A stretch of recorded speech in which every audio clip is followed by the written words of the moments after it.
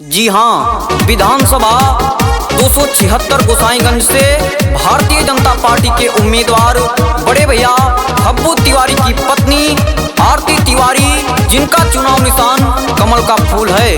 आप सभी सम्मानित जनता जनार्दन से मेरा निवेदन है कि कमल पे बटन दबाकर बड़े भैया खब्बू तिवारी पत्नी आरती तिवारी को भारी से भारी मतों से विजयी बनाएं। आरती तिवारी जिंदाबाद, खब्बू तिवारी जिंदाबाद, मुकेश पांडे जिंदाबाद, आलोक पांडे जिंदाबाद।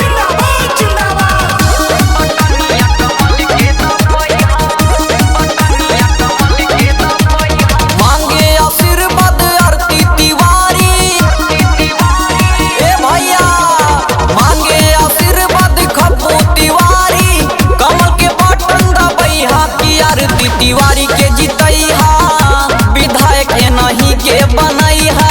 गोसाईगंज विधान सभा में करी है ई भारापुर विकास हो। कोनो विरोधियन के बात में पड़ के फेरा में जनियहा की आरती तिवारी के जितैहा, बटनिया कमल के दबैहा। जी हाँ, साथ में कंधों से कंधा मिलाकर चलने वाले अभिनव दुबे, नंदन पांडे, शैलेश यादव, अनुराग गौड़, सार्जन तिवारी, रोहित मिश्रा।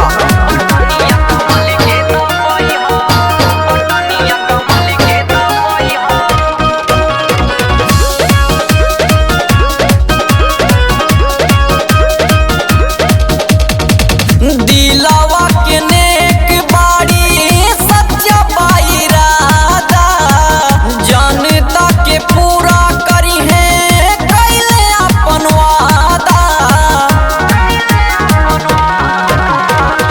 दिलावा के नेक बाड़ी सच्चा इरादा, जनता के पूरा करी है कैले अपन वादा।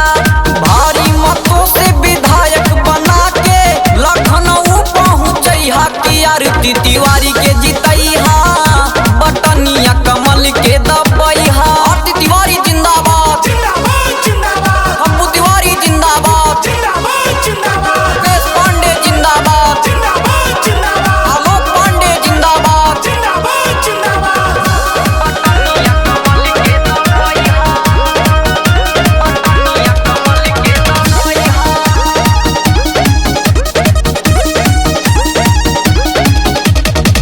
दूसरा से होई नहीं कवनो सुधार हो, आरती तिवारी करी है सपना साकार हो। ए चाचा, दूसरा से होई नहीं कवनो सुधार हो, खब्बू तिवारी करी है सपना साकार हो। देखे दुलार प्यार इनके सपना तो पूरैहा की आरती तिवारी।